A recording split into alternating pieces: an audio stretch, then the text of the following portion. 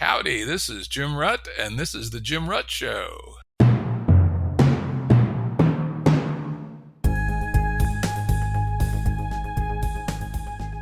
This is a Currents episode. Currents are shorter and less heavily produced than our full-length episodes and generally focus on a single topic. As always, links to books, articles, and organizations mentioned are available on the episode page at jimruttshow.com. That's jimruttshow.com. Today's guest is John Robb. John is a returning guest. He's our go-to guy on military stuff, intelligence stuff, and strategic stuff. Guess what we're going to talk about today? Ukraine, with quite a bit of all the above. And oh, by the way, those who want to know more about John and his thinking, check him out on Patreon. John Robb at Patreon. I've been a subscriber since I think he put the damn thing up. It's been well worth the $5 a month or whatever the hell it is I pay him. So if you want to hear more from John, check him out. All right, John, welcome back. Oh, thank you. One thing I'd like to do is, well, after we do a brief update on current status, I'd like to back up a little bit and try to be more forward-looking than backward-looking, if we could. Okay. You know, a lot of people suggest that I ask you questions about how do we get into this mess? What could we have done differently? Truth of the matter is that's in the past. There's a reason we call it the past. And while we can learn some lessons from the past, I think it's much more interesting to think about the future. Right. And I'm going to throw this out to you and tell me what you think. But I believe that this event is a major hinge of history that we can, I think, reasonably say that this is the door closing on the post-Cold War world, and something new will come into being. Yeah, I agree with that. So history has restarted again. So take the Fukuyama quote and reverse it and say, okay, there are major trends underway right now, major changes in history that are occurring. And, history, that great engine is moving forward. There isn't just one system, one kind of heat death of humanity in place anymore. Exactly. And as I like to say, that at these cusps, the degrees of freedom and system evolution tend to be a lot higher, right? The old assumptions, the old rigidities are in play. And, where we may go is quite a bit less predictable than it was, say, in, but the difference between 1996 and 1997, not that big. Difference between 2001 and 2002, pretty big. I suspect that the differences here will be much larger than the differences between 2001 and 2002, that this is a much more significant change in the unfolding of our world. And I'd like to, as much as we can, talk about that as opposed to, the details of how we got here and what have you. Yeah, it's definitely unstuck. And when things get unstuck like this, a lot of things can happen that normally wouldn't happen. The Quentin Tarantino thesis behind all his movies is that you have this system of laws, keeps everyone intact. And then once you move outside of that, everything can go chaotic. And we're in this chaotic zone, now that we've all departed that safety and security of a legal system that locks everything down. And last weekend, I was talking with some really smart people about national defense stuff and predicting, what would happen in the following week. And we were thinking, okay, Ukraine's going to be invaded. What does that do? And the thing we glommed onto almost immediately was that it's basically a green light for China to go after Taiwan. Is that this demonstrates that Pax Americana is over. And that the U.S. really doesn't have any cards to play, and that there are a sufficient number of countries that would actually not comply with any kind of embargo, like we're already seeing with Russia. China's already said that they won't comply with any embargo of Russia, and that India said that they would play nice with Russia, and there's lots of other countries willing to do the same. So our systemic kind of response to aggression is over. Yeah, and I think it's important to underline this is that there had been, since World War II, a very strong international consensus is that cross-border invasions must not stand. Now, of course, there's been a few exceptions, but think about Iraq 1, much smaller scale. Iraq grabs Kuwait by invasion, and the whole world rallied, including the Russians actually supported us on that. And we put together a big coalition and crunched the Iraqis in 4 days, and put an underline under the fact that cross-border invasions will not be tolerated. Of course, there's lots of gray zones about internal stuff, like the Rwandians meddling in the civil wars of the Congo, etc. But in terms of cross-border invasions to grab land, etc., that was a big no-no, though, of course, it's also worth considering that the U.S. violated those rules twice in relatively recent memory. First, basically working with the Kosovo to pry it loose from Serbia. And, we actually kicked the shit out of Serbia. People aren't quite aware how intense the NATO attack on Serbia was, but it was almost all from the air, but it was quite powerful. And then, of course, the other one of the great debacle in American strategic history was the attack on Iraq in 2003, where at least we did have the fig leaf color of law in that the first Iraq war ended with an armistice rather than a peace treaty. And it is true, Hussein was in violation of the armistice in many points. And so the Allies were legally within their power to, move on Iraq and engage in regime change, which they did, but turned out to be not very wise, and at least partially broke down the taboo against doing that. Yeah, I mean, to a certain extent, our kind of horror of what Russia's doing to Ukraine is similar to what a lot of people felt when we were going into Iraq. And it didn't seem justified enough. It seemed like it was made up. It proved to be largely made up as a reason for going to war. And it's important to remember, though, that these, the big countries, Russia, China, and the U.S. In particular, have a different rule set than everybody else. I mean, they have nukes, and Russia in particular has more nukes than any other country in the world, and has about 18 times as many nukes as China. So, I mean, it is in a special space. You can't challenge them physically.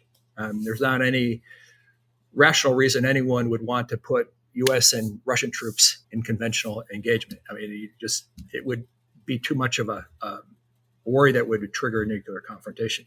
Yeah, the thing that was interesting to me, about this conflict is that it gives us a really good insight into what is going to happen in the future in regards to where China and Russia are going. Both have seen networking and rapid technological change in this globalization set in motion a lot of chaotic impulses and a lot of problems internally. And they've been watching what's happening in the U.S. and our internal strife as a result of these disruptions. And to combat that, I don't know if it was explicit on Putin's part, but it's definitely explicit on the Chinese part with Wang Hening's work, is that they have created a kind of a master narrative, which is very similar to what we saw in the Cold War, but it reaches back in history. It fixes kind of a moral compass for them, and it's an animating narrative that allows them to maintain cohesion. And they use networking and other controls to kind of keep people within that box. And their thinking is that will allow them to continue to stay cohesive in a disruptive kind of amorphous world that we're in right now, while everyone else falls apart. The problem is that comes at a cost. And in Russia's case, that means seeing Ukraine as part of Russia, not seeing their independence as legitimate, and that all came to the head just recently with Ukraine's move into NATO, and that was the thing that would break the narrative that they had constructed for themselves to stay cohesive, and that moved them to act. And not understanding or even giving any appreciation to the value of that narrative and how tightly they hold it is one of the big reasons why most of the Western analysts thought that the Russians were just bluffing, that they wouldn't go for it. They wouldn't try to take the whole country. Yeah, I have to admit, I thought it was kind of unlikely they'd go for it all in until I read Putin's speech on the 21st of February. Right. I hadn't followed it as deeply as experts did, but I said, from a a gambler's perspective, it seemed like the smart thing to do was to move some troops into the Donbass enclave, work with the people there to attack the other two provinces that the enclaves were part of, grab those, burst out of that, threaten Kiev, and then pull back. Very similar to what happened in Georgia. I said that's almost a perfect play for Putin. And then I read that speech and I go, oh shit, this dude's going to go for it. He's going to go for annexation. it. Yeah, he's going to go for it. At least he's going to carve it up and maybe leave a rump state in the West. But he's going to grab a big part of it. He's certainly going to decapitate the current administration. He's going to go for the capital. All the classic 18th, 19th, and early 20th century ideas about what you do with hard power. He's going to go for it. And he did. Yeah, with those pincher movements coming from the south and the north, one out of Belarus going after Kyiv and the one from the south coming from the Crimea, it looks like he's going for the whole thing. And that the harder that campaign is, the more Russian lives lost in the process. Equipment, they've lost a couple brigades worth of infantry fighting vehicles, a little more than a handful of planes.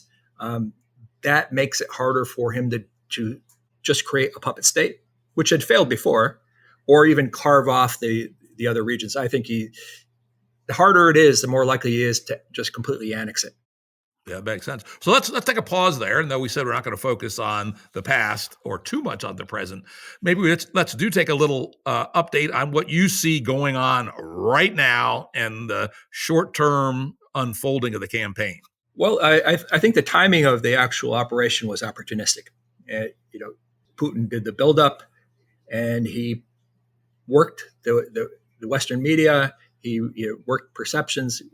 Got his rationale out there and waited for a response from the West, and he didn't really see anything that would actually hinder his plans. And then he went for it, and the initial operation looked like it was an attempt to seize it quickly. A coup de main. Sending in a airborne operation to go take the Kyiv airport and turn it into an air bridge, and then surround the capital and quickly drive it to a conclusion. But Ukraine obviously had done a lot more preparation than anticipated. They were a lot better prepared and trained in order to handle the initial phases of the operation. And that long build-up period allowed them to do that. And some Western support got in there. So that failed, obviously, because the airport operation was rolled back. And now it's into two major pincher movements. One is broken into two parts coming out of the Belarus on either side of Kyiv. They're fighting on the outskirts. Some people think that it's going to focus in on a house-to-house kind of urban siege, urban warfare.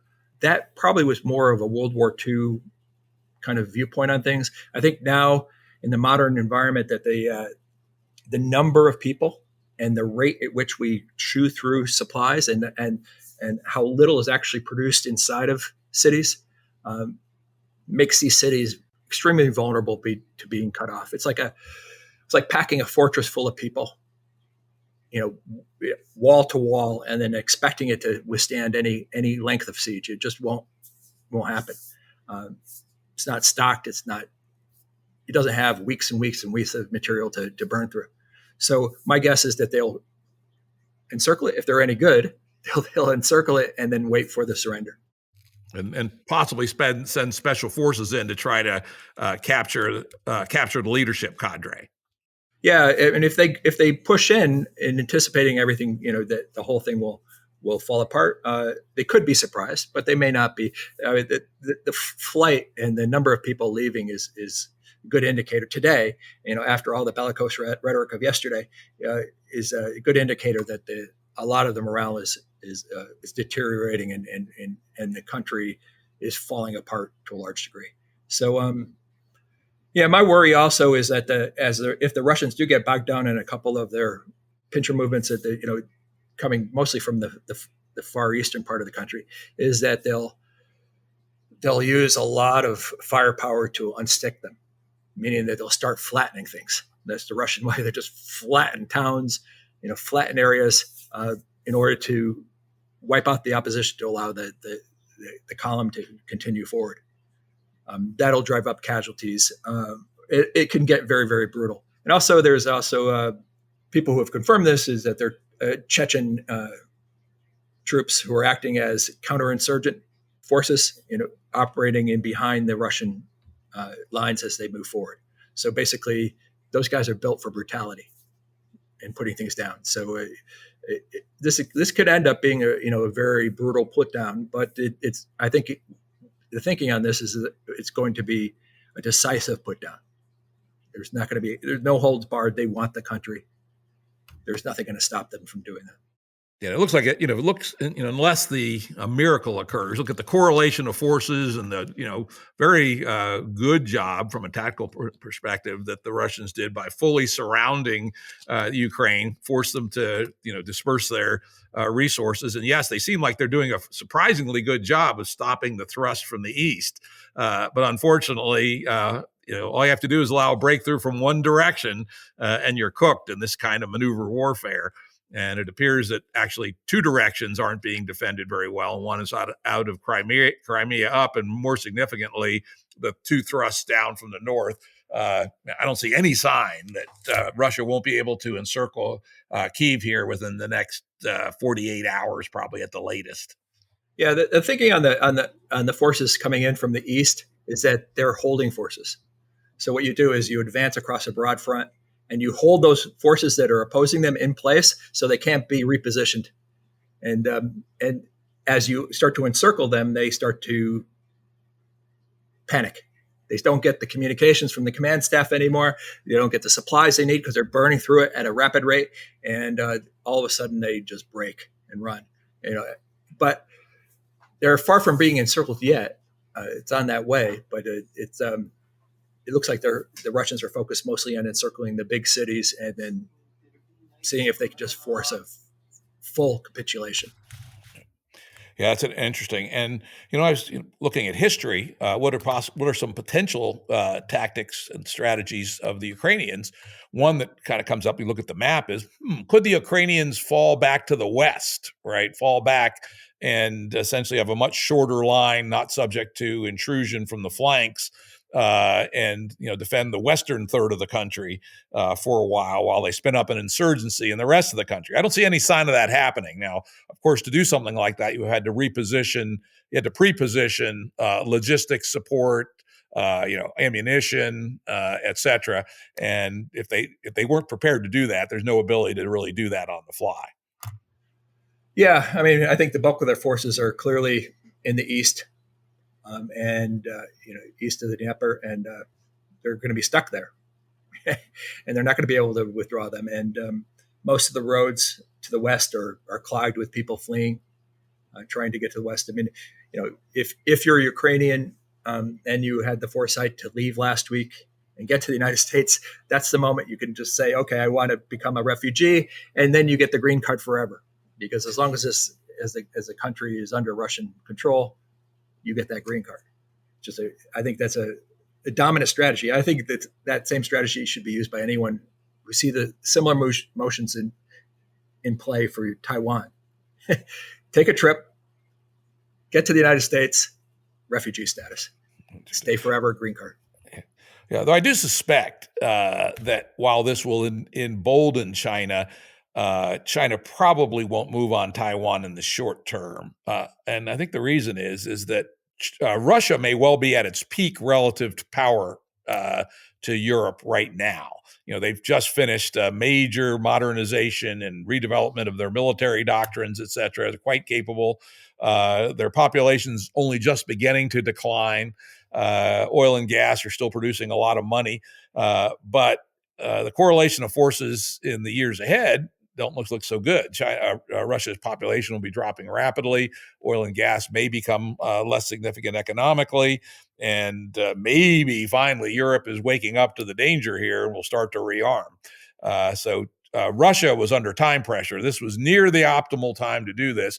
China continues to be, growing in power, growing in prescience, and I believe their view is that the U.S. and the West is declining. So time is on their side. So there's no real reason to rush it. I'm not so quite sure about that. Is that China is definitely retrenching to a large extent because they see the difficulty in modernizing once you're modernized, or advancing quality of life and keeping cohesion, and that their population continues to decline even though they have released people from the burden of a one or two child policy. It's still just falling off like crazy. That means fewer young men for the military, and those young men that you do have available have four grandparents. It's like everybody, the whole family's focused on that one individual, and that they're not going to be really happy about letting them go into the military to fight. As long as you still have large rural populations, you probably get enough people willing to actually do the fighting, and I don't know how long that's going to persist. So, I do think also that China's opportunistic, is that they see this kind of break in the system. It's fluid right now.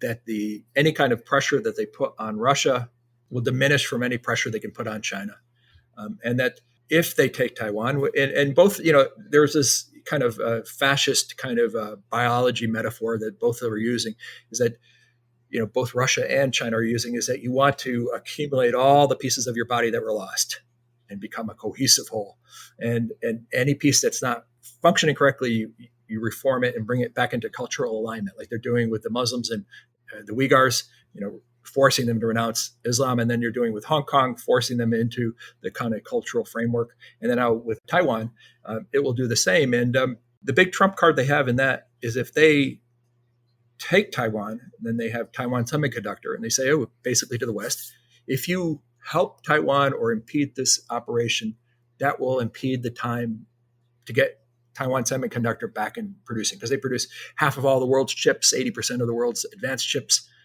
They're starting to diversify, but it's going to take a long time to do that. So basically, they hold the world hostage and say, okay, if you resist us on this, it's going to take longer.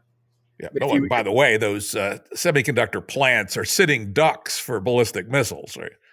Right. Those are very soft targets. And what they're telling the heads of these companies and the companies in Taiwan is that don't resist us. We just change the government and you can do business just like you did before.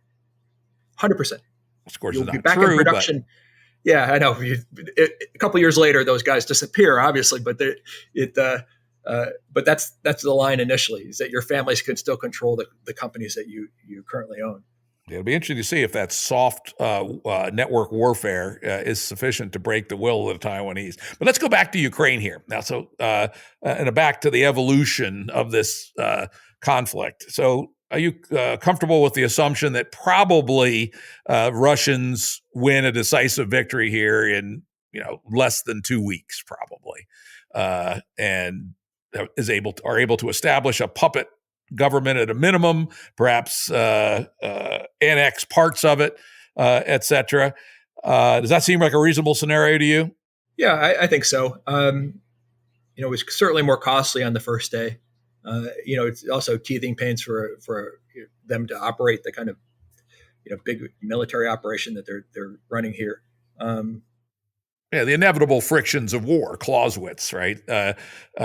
Someone would say, well, they didn't launch all their attacks at exactly the same time. I said, frankly, the fronts are so separate, it doesn't matter. There's no interior lines, the ability to switch forces between one front and the other, so they're off by a couple hours, doesn't matter. And frictions of war, shit happens, right? It seems to me the Russians are going to win. So let's say they do. Let's take the scenario. Russians total victory in less than 2 weeks. Then the next big question is, will a modern society be willing to go into active insurgency?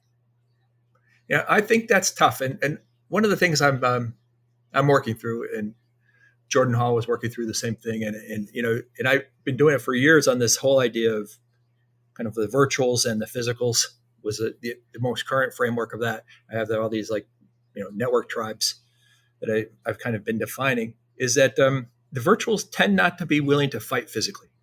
And, we saw that to a certain extent in Afghanistan. I mean, you had a population that doubled in 20 years, and it was a lot of young people who grew up with a lot of US aid pouring in, and they did a lot of stuff online. And they were doing a lot of actualization of their potential and the like, through online and the like. And when it came to actually fighting, there was lots of people complaining, I'm not going to have my future. I'm not going to be able to do this or that. But far fewer people actually willing to fight the Taliban. It's not like the Taliban were an overwhelming force. It's just that there weren't enough of the people, the vast number of people who were in the cities willing to fight to defend the city or defend the country. And we're seeing that to a certain extent with Ukraine. You see these young guys packing trains going west, trying to emigrate, trying to get out. In interviews with young guys who, they're all of fighting age, and young women who are of fighting age who aren't willing to actually stay there and do the hard physical stuff. And it does kind of point to maybe a long-term problem in the U.S. is that if we become too much on, if the country tilts too far towards the virtual side, that there is a vulnerability to a Taliban-like insurgency, not necessarily religious, but it becomes more and more vulnerable to that. It's just that the guys with guns won't be opposed. There'll be a lot of people squawking online, and a lot of people complaining about it and saying how terrible is it, but they're not the ones that are willing to go out there and do the fighting. They're asking other people to go out and do the fighting for them. Yeah, and it may not be just the physical versus virtual. I'd suggest that it goes back long before virtual even existed. If you look at where were the insurgencies against the Nazis, for instance, there was a little bit of token resistance in France. There really wasn't very much, very little anywhere else in the West. But on the other hand, at that time, still very pre-modern Yugoslavia and Ukraine, there was bloody, intense insurgencies. There were 20 SS divisions in Yugoslavia trying to hold down the partisans there. And if we look at Iraq, that was still, even though relatively wealthy, still a pre-modern society, tribal, literally in many ways. And there was quite virulent insurgencies there, various of them fighting amongst each other as well, as we know. And Afghanistan, I would argue the Taliban are an insurgency. And again, Afghanistan is a significantly pre-modern country to this day. And so I would suggest physical versus virtual might be less significant than modern versus pre-modern. Pre-modern people are still willing to fight. Maybe modern people are not willing to take on the difficulty, particularly of a civil insurgency. Yeah, I mean, if you look at it more like a continuum, that modernity actually becomes more and more abstract, and we're at a kind of level of hyper abstraction right now, where most of our conversations are taking place. I mean, the whole mimetic cycles and how we talk now is all in abstractions, and that there's this long tail of people who haven't migrated into that, and they're still, working in the physical world or balancing the two. It may be more of a function of just this rapid technological advancement and this kind of like when a physical object approaches a black hole and it gets stretched out to an atom thick. It's just one long line of atoms. Well, it's or molecules. It's like that. We have this kind of continuum of people that are getting stretched out, and to kind of basket them is tough. But there is I do think there is a strong aversion to doing things physically for a lot of people in the virtual space. You won't even leave their house. Yeah, and again, language that our friend Jordan Hall tends to use, the Boudreauardian simulation. They're deeper and deeper and deeper into it. And if you think it's bad now, wait till a whole generation grows up in the metaverse. Right? Yeah, I wrote a thing on that a couple months ago called the virtual middle class, and that would actually be the solution set that will be kind of imposed on us for climate change. So that's Mark Andreessen. Yeah, Mark Andreessen, and that whole bunch I call neo-feudalists. He basically says, they may have a job as a delivery boy for their local Chinese restaurant, but they have a palace and a Lamborghini in the metaverse, and so they're satisfied, right? Fairly bad in my view, but that is potentially a road forward. Well, let's go back to Ukraine now. Let's we talked about insurgency. Even though it's been part of the stated American strategy, I think I'm with you.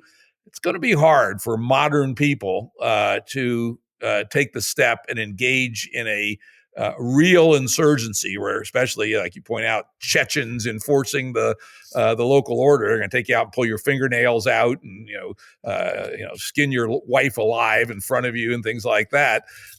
Modern folks probably don't have what it takes to fight against that. So let's assume the insurgency doesn't really happen either, and Russia is able to either completely absorb or partially absorb and turn into a puppet state, Ukraine.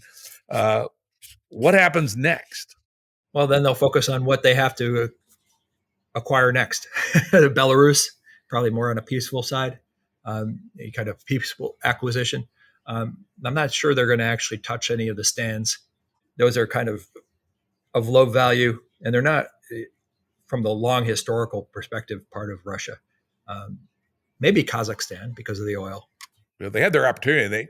They came and went real quick there, so they seem to be happy as long as they have a somewhat friendly state in Kazakhstan. They don't seem to feel any need to grab it. But of course, where the rubber really meets the road is in the Baltics, right? Here we have three small countries, two of which have substantial Russian minorities. They don't have a land connection to. Do they have a land connection to Poland? Yeah, they do. There's a land connection between Lithuania and Poland. Tiny little countries. The Russians have owned them on and off at various times, and yet they're full members of NATO, right? So that's the difference. Yeah, that's the key thing, is that they don't want to trigger NATO, and because that will get U.S. troops and European troops in place. And the whole idea of having U.S. troops in Europe really wasn't so much on defending Europe. It was more to act as a trigger for nuclear weapons. Tripwire strategy, right? Right.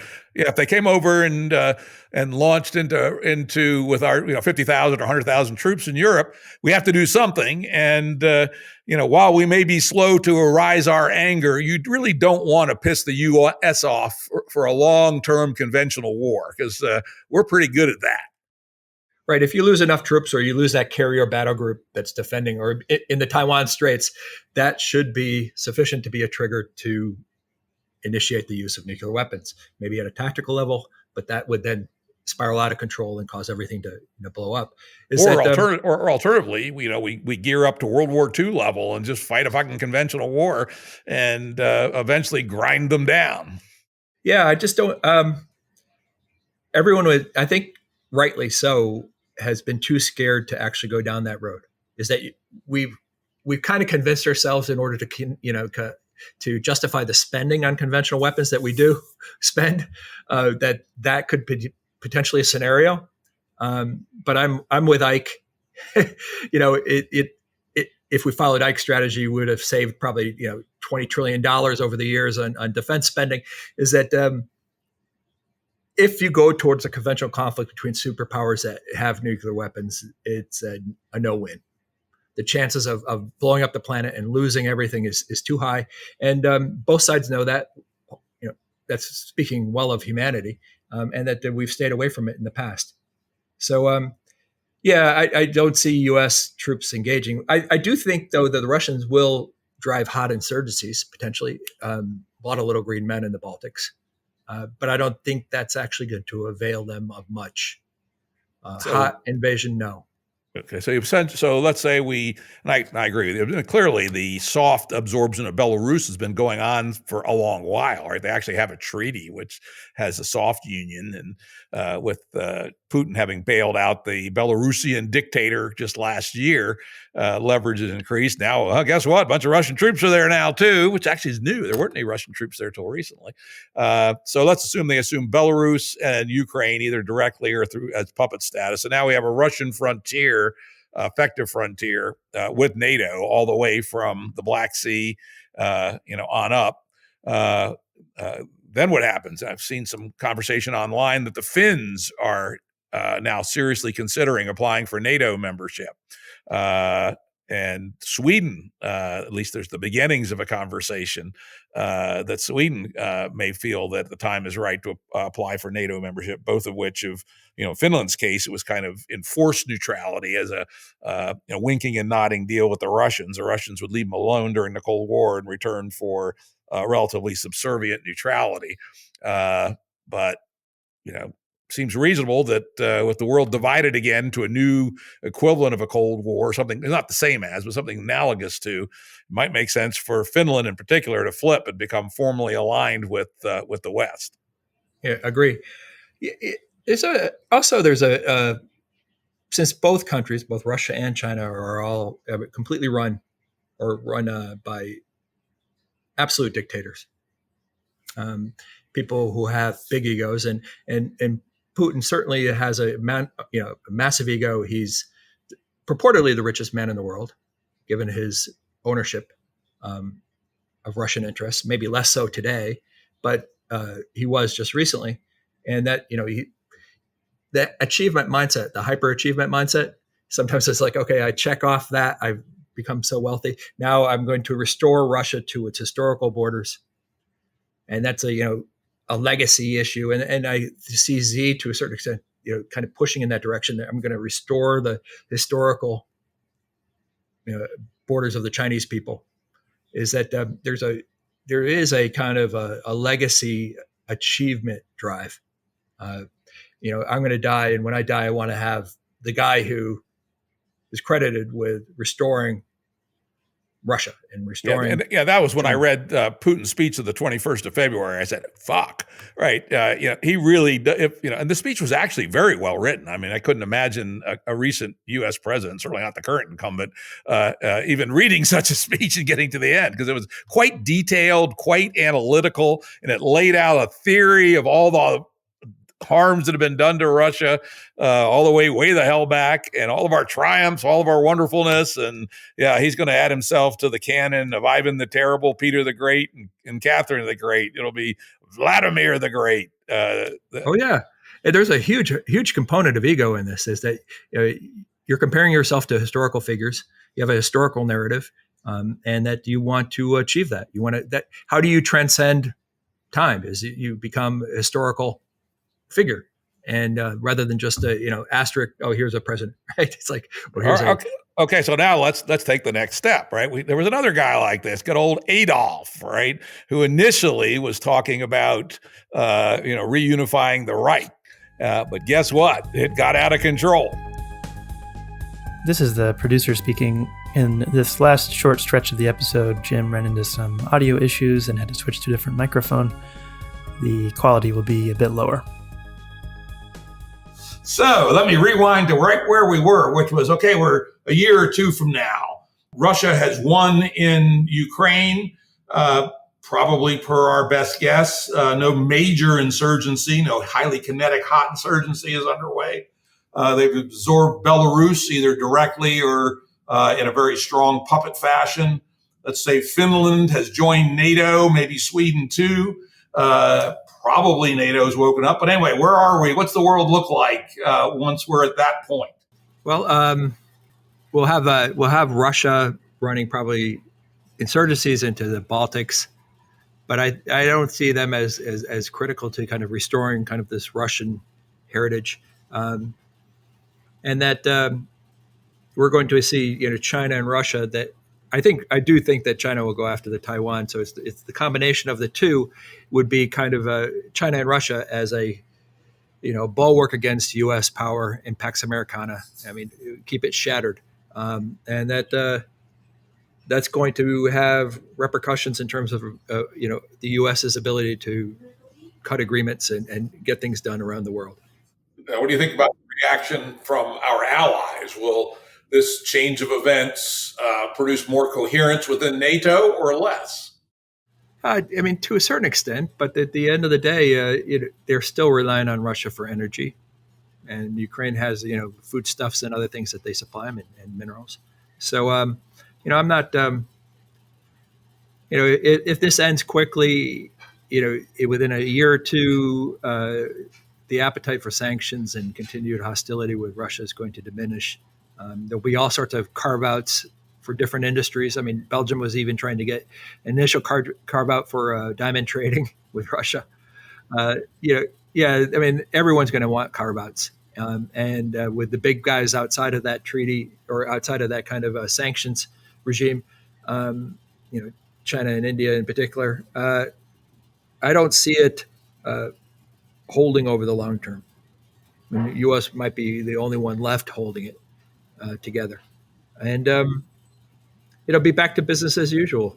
Without the Ukraine, without Taiwan. Yeah, with Finland aligned with NATO, Yeah, and then probably, but some I would imagine, increase in defense spending by the NATO allies, Germany and France, particularly Germany, who's been the big laggard, still down at like 1.2% of GDP. yeah. I don't think that's going to increase much. If they don't feel directly threatened, they're just indirectly threatened. I don't think it's going to change how much they actually spend on defense, and they're suffering, heavy duty population loss right now across the board in all the countries. I mean, in terms of birth rates are way down, and fewer and fewer people actually want to even get involved in the military and do anything associated with it.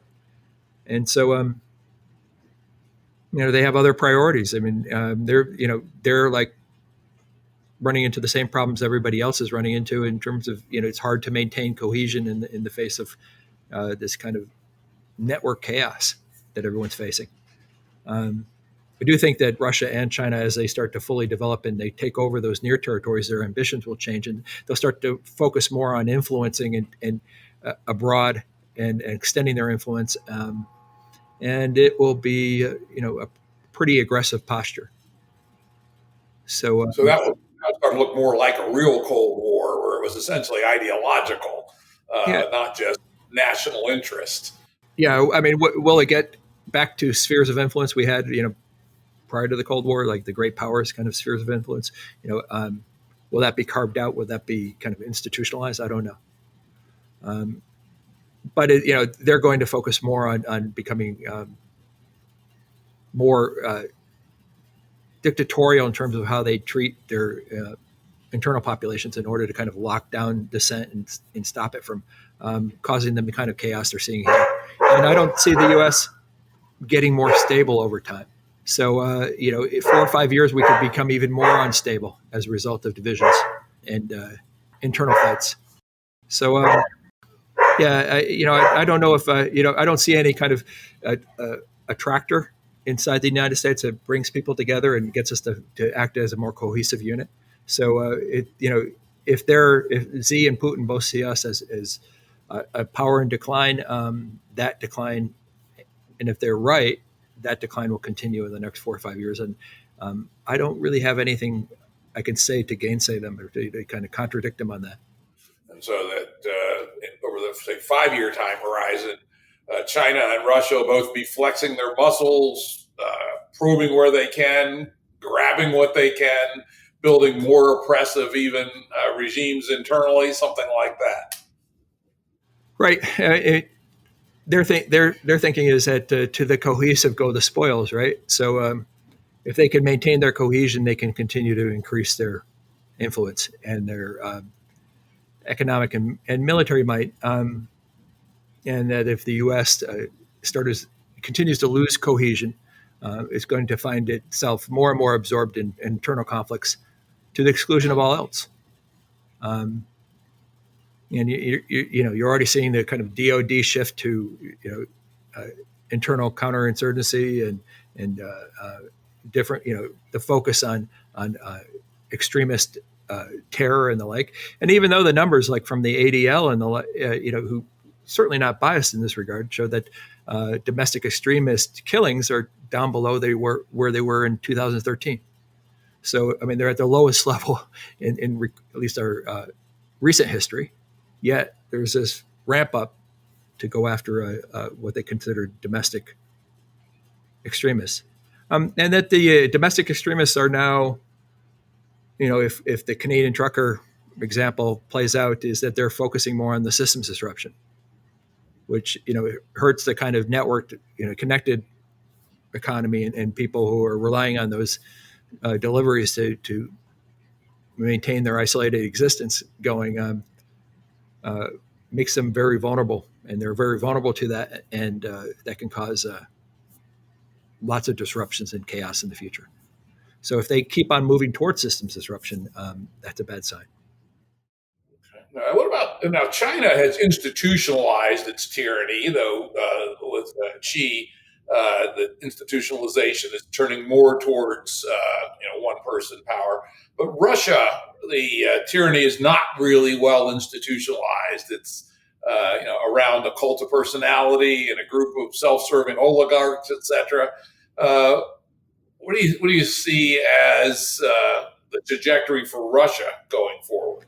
Yeah, Russia's model is different than the Chinese in that a lot of the connections that keep Putin in power are behind the scenes. It's like cross ownership, it's the corruption and behind the scenes that allows him to become the richest guy, and that they keep this tight ruling group and their companies and everyone's financial interests in this kind of tight ball that the rest of the country doesn't necessarily participate in.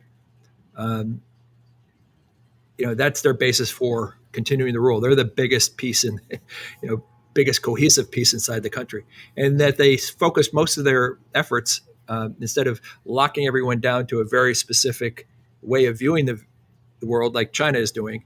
Very strict morality, based on Confucianism, based on historical patterns, and that they want to reinforce. In Russia, it's more about disrupting everybody who's outside of that circle.